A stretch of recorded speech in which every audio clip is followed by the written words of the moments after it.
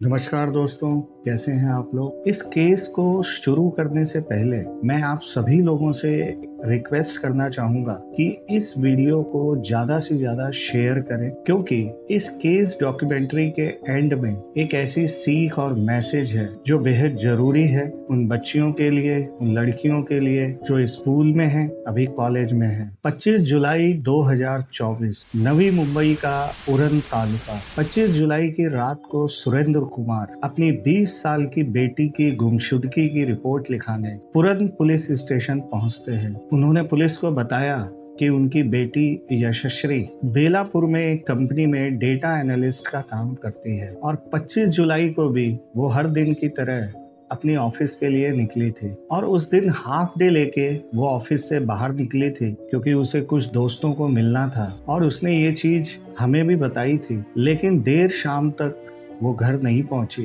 तो हमने उसे कॉल किया, लेकिन कॉल स्विच ऑफ बता रहा है। उन्होंने यश्री के दोस्तों से भी पता किया, लेकिन हैरानी की बात ये थी कि उसके किसी भी दोस्त से वो नहीं मिली। तो अनहोनी की आशंका लिए वो पुलिस स्टेशन पहुंचे थे, क्योंकि ऐसा पहली बार हुआ था जब उनकी बेटी इतनी देर तक गायब थी। क्योंकि पहले जब भी वो देर से आना होता था तो फोन करके इसकी सूचना पहले ही घर वालों को दे देती थी। अब पुलिस ने बिना देरी किए इस इंफॉर्मेशन के आधार पे अपनी जांच शुरू की। 24 घंटे बीतने के बाद भी यश्री का कोई भी सुराग नहीं था। पुलिस अपनी जांच लगातार कर रही थी। इधर गुजरते वक्त के साथ माँ बाप की उम्मीदें भी कमजोर पड़ती दिखाई दे रही थी। लेकिन इसी बीच देर रात 2:20 उरण पुलिस स्टेशन में एक पुलिस वाले के पास एक कॉल आता है। कॉल करने वाला शख्स उन्हें ये बताता है कि कोट नाका के सुनसान इलाके के पास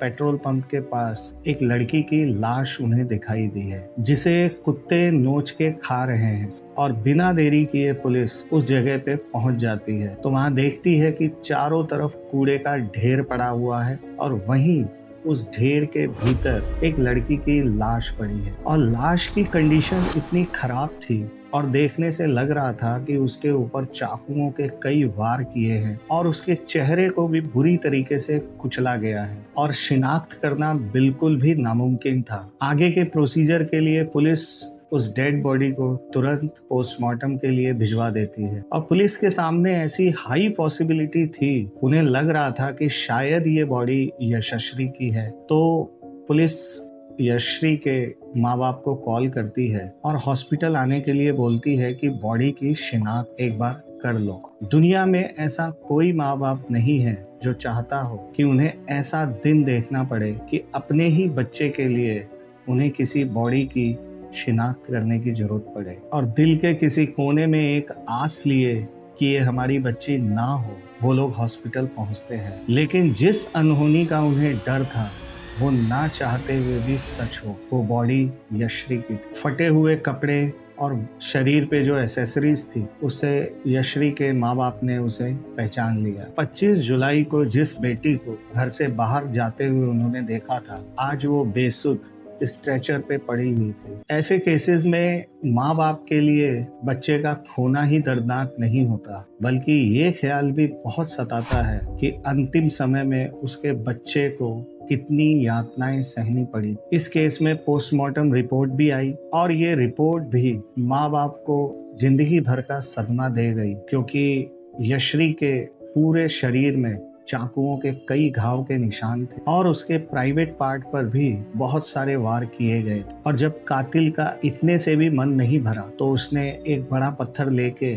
और यश्री के चेहरे पे दे मारा, जिससे उसकी शिनाख्त ना हो पाए। क्रिमिनल साइकोलॉजी ऐसे केसेस में अपराधी की मेंटल स्टेट को बयान करता है। यश्री के पूरे शरीर में जो निशान थे वो ये साबित करता है कि जो कातिल था उसका गुस्सा यश्री के प्रति काफी रहा होगा। यही वजह थी कि वो खुद पे कंट्रोल नहीं रख पाया। और ऐसा तभी होता है जब क्रिमिनल और विक्टिम एक दूसरे से इमोशनल और पर्सनल हो। और प्राइवेट पार्ट पे किए हुए हमले से ये साफ पता चलता है कि अपराधी विक्टिम की बॉडी को ना ही नुकसान पहुंचा रहा था, बल्कि साइकोलॉजिकली विक्टिम को डोमिनेट भी कर रहा था। ऐसा लगता था मानो वो किसी सजा के लिए उसे पनिश कर रहा हो। तो सबसे पहला अहम सवाल ये था कि आखिरकार इस क्रिमिनल की विक्टिम से क्या दुश्मनी थी और ऐसी क्या वजह थी जिसकी वजह से यशरी को इतनी बुरी तरीके से उसने मार डाला। अक्सर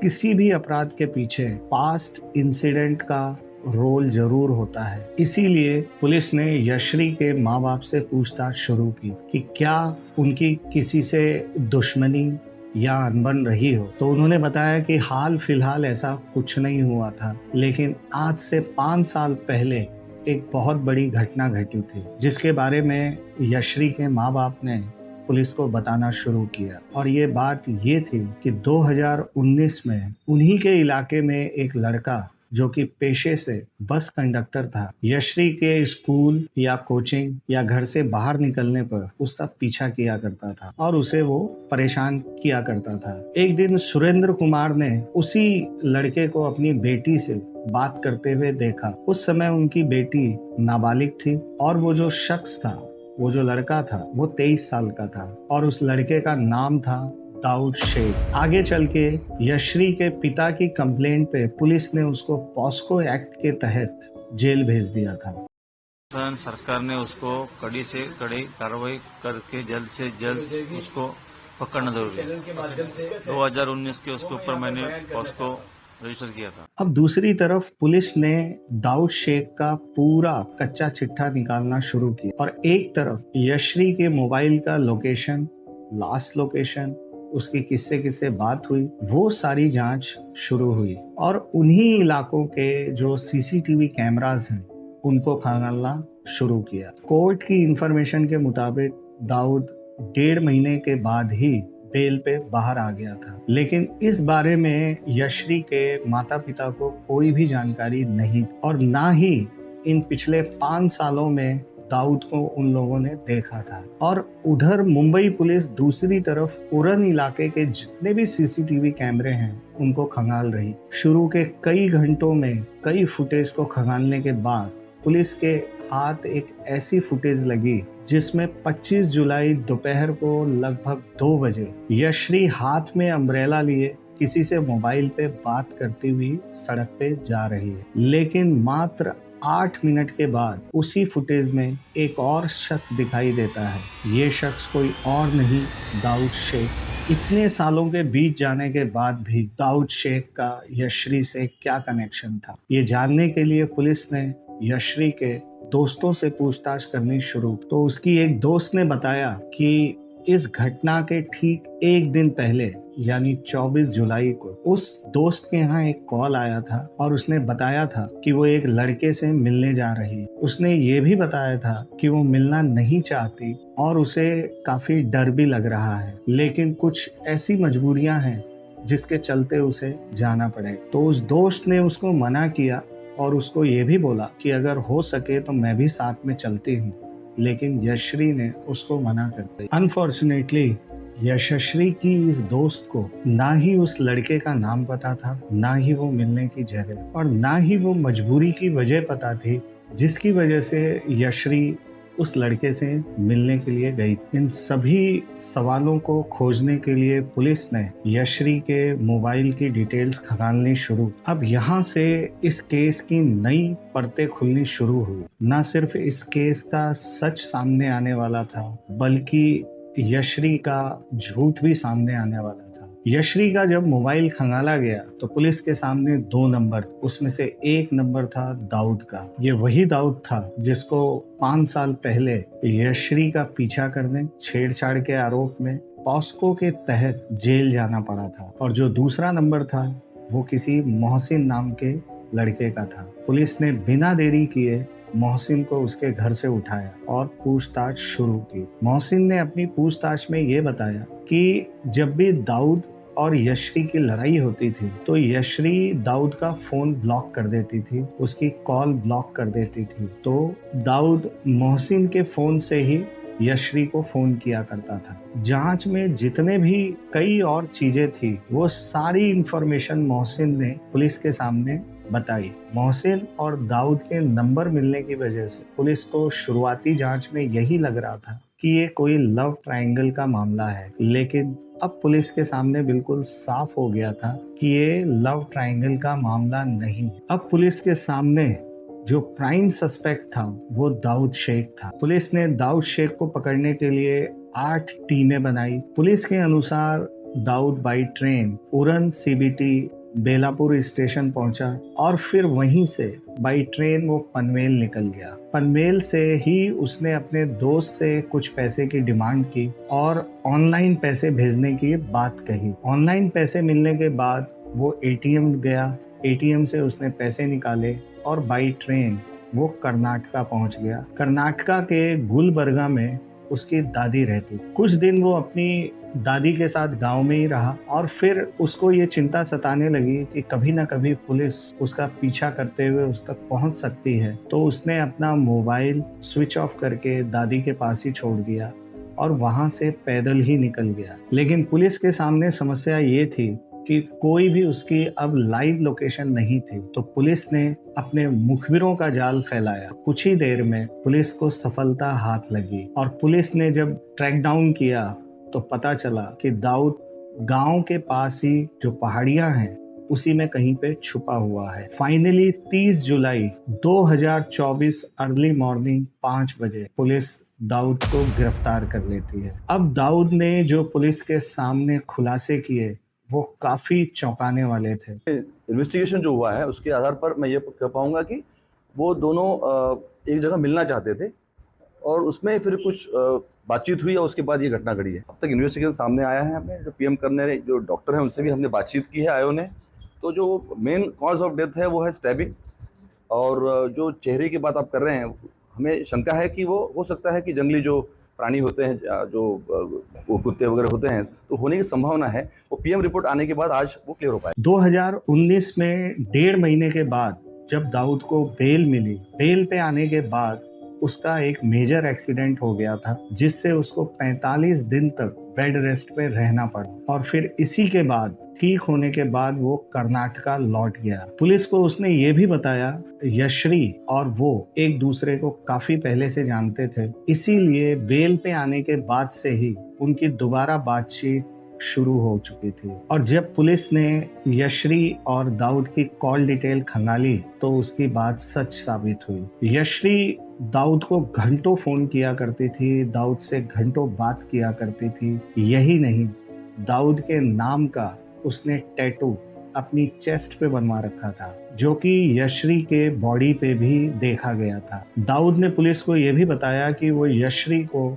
शादी के बाद कर्नाटका ले जाना चाहता था और इसीलिए वो बार बार उससे दबाव बना रहा था कि उससे वो शादी करे। लेकिन इतना जिद करने के बाद भी यशरी उसकी बात को मान नहीं रही। 22 जुलाई को दाऊद कर्नाटका से ओरन सिर्फ यशरी से मिलने के लिए पहुंचा और दाऊद के अकॉर्डिंग दोनों 23 और 24 जुलाई को भी मिले थे। और यही यशरी ने बार बार जिद करने की वजह से उसको आगे कभी मिलने के लिए मना कर दिया था और यहीं से यशरी का ये जो सीक्रेट लव है डेथ ट्रैप में बदलने वाला था, क्योंकि यशरी की कुछ प्राइवेट फोटोज दाऊद के पास थी और वो इसी के चलते यशरी को लगातार ब्लैकमेल कर रहा था। और एक घटना ये भी बताई दाऊद ने कि उसने फेसबुक पे कुछ प्राइवेट फोटोज यशरी की डाल भी दी थी, हालांकि बाद में उसने उसको डिलीट कर दिया था। और दोपहर को यशरी अपने घर से बहाना बना के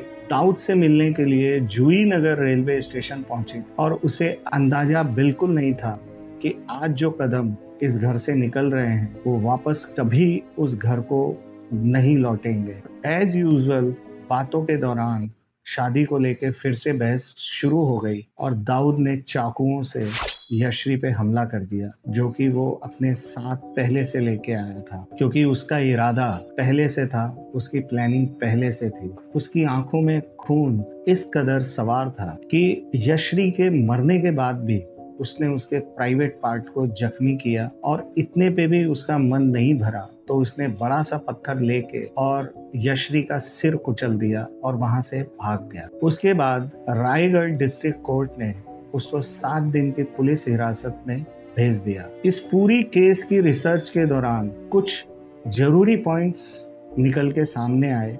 उनमें से पहला था कि इस घटना से ठीक 5 दिन पहले कोर्ट ने नॉन अवेलेबल वारंट इशू किया था दाऊद के खिलाफ, क्योंकि वो 2019 का जो केस था उसमें वो पेश नहीं हो रहा था। अगर दाऊद की गिरफ्तारी उस समय हो जाती तो शायद ये घटना नहीं घटती। दूसरा सवाल ये भी है कि माँ बाप को जरा सी भी भनक नहीं लगी कि यश्री किससे मिलती है, यश्री की जिंदगी में क्या चल रहा है, उसका दाऊद से मिलना, घंटों दाऊद से बात करना, चेस्ट पे टैटू का होना, किसी भी बात की भनक तक नहीं लगी माँ बाप। आजकल बहुत से घरों में ऐसा देखने को मिलता है, या तो माँ बाप बहुत भोले हैं या फिर बच्चे जरूरत से ज्यादा समझदार। और मोस्ट इम्पॉर्टेंट, मैं उन लड़कियों से, उन बच्चियों से, बेटियों से रिक्वेस्ट करना चाहूंगा जो किसी भी इमोशनल रिलेशन या प्रेशर में आके अपनी जो प्राइवेट